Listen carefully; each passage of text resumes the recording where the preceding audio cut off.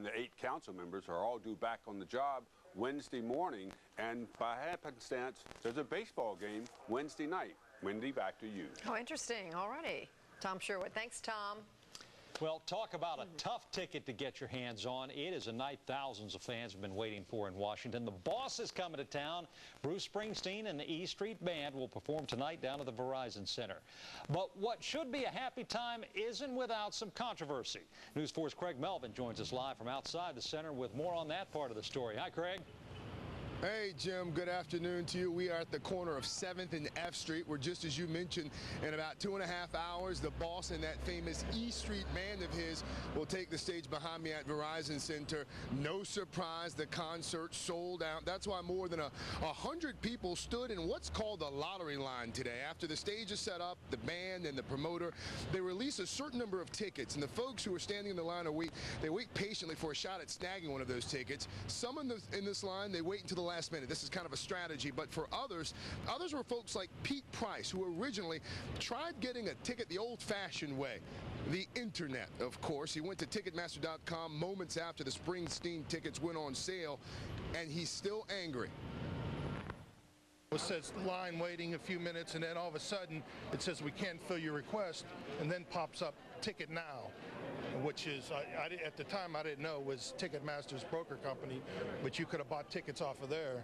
And then you come to find out they couldn't even fill those orders. Now, Price there mentioning the second ticket debacle of sorts.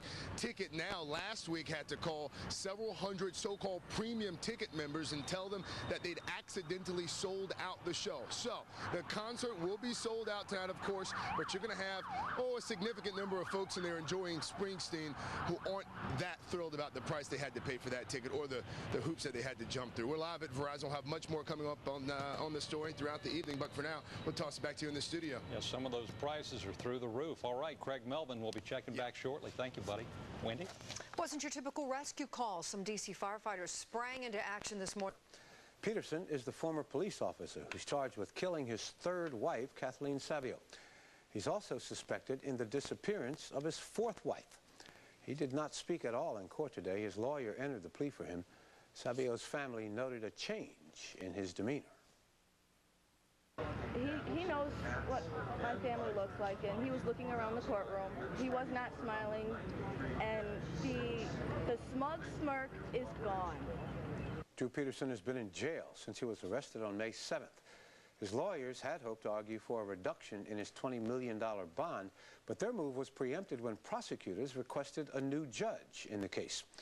The same judge dismissed felony gun charges against Peterson back in December.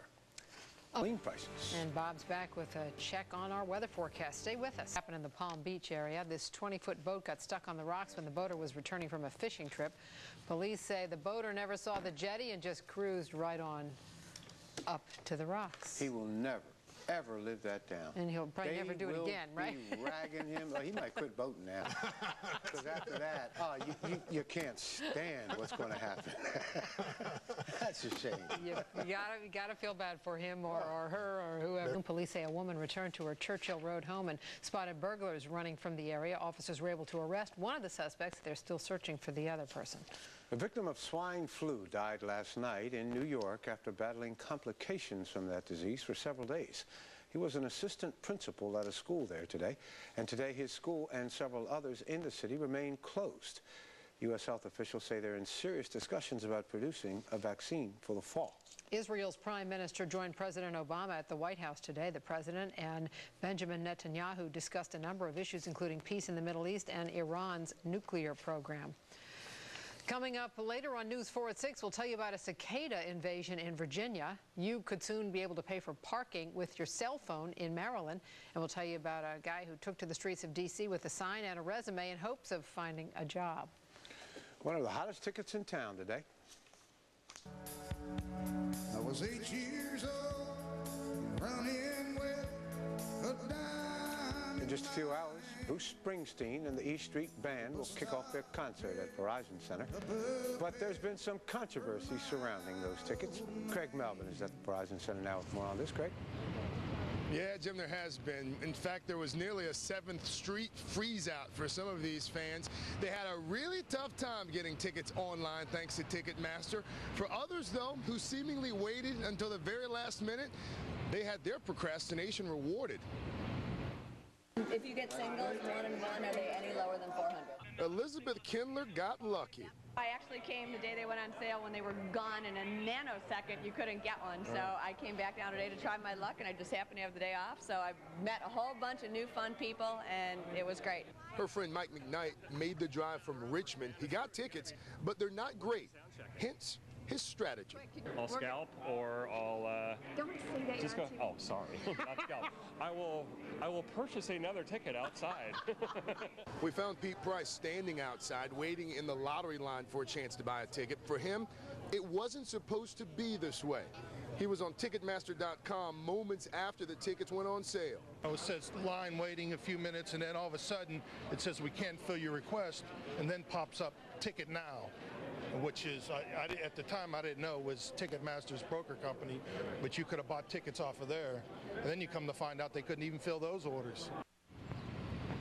Now, Pete Price, they're alluding to the latest ticket flop. Last week, Ticketmaster subsidiary had to call several hundred so-called premium ticket holders and tell them that they had accidentally oversold the show. So they either offered to refund their money or move them to a different seat farther away from the stage. Coming up tonight at 11, more on the ticket controversy, and we'll take you inside Bruce Springsteen's Working on a Dream tour. For now, though, we are live at Verizon Center. Craig Melvin, News 4. Jim, turning back to you guys. All right, Craig, thanks.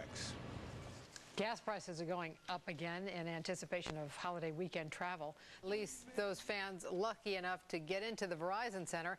Problems with one website kept many fans of the boss at home. Craig Melvin is live outside the arena tonight with more. Hi, Craig. Hey, Doreen, we're at the corner of 7th and F Street. If you listen closely behind me, you can still hear that E Street Band and Bruce Springsteen. They're still rocking. For some fans, though, the road here was rough.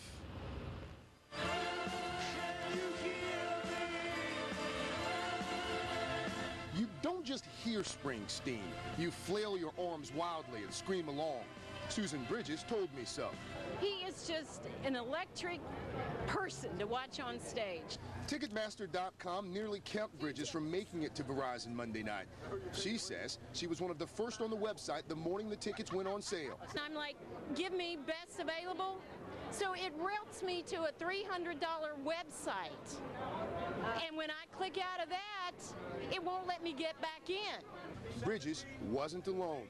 Ticketmaster admits it made a mistake by rerouting customers to another website where buying Springsteen tickets would cost, in some cases, hundreds more. When Bridges finally figured out something was wrong, so I finally got back in, and the only thing available was the nosebleeds. While she rocked from the rafters, some weren't sure they were going to get in at all. Ticketmaster got Pete Price, too. All of a sudden, it says we can't fill your request, and then pops up Ticket Now, which is, at the time I didn't know was Ticketmaster's broker company. Last week, that company had to call hundreds of its so-called premium ticket buyers to tell them they'd oversold the show. Some got refunds, some got seats, just not very good ones. Then others, like Price, had to wait in the lottery line with his fingers crossed. But those that got in tonight got one heck of a show. Is there anybody alive in Washington,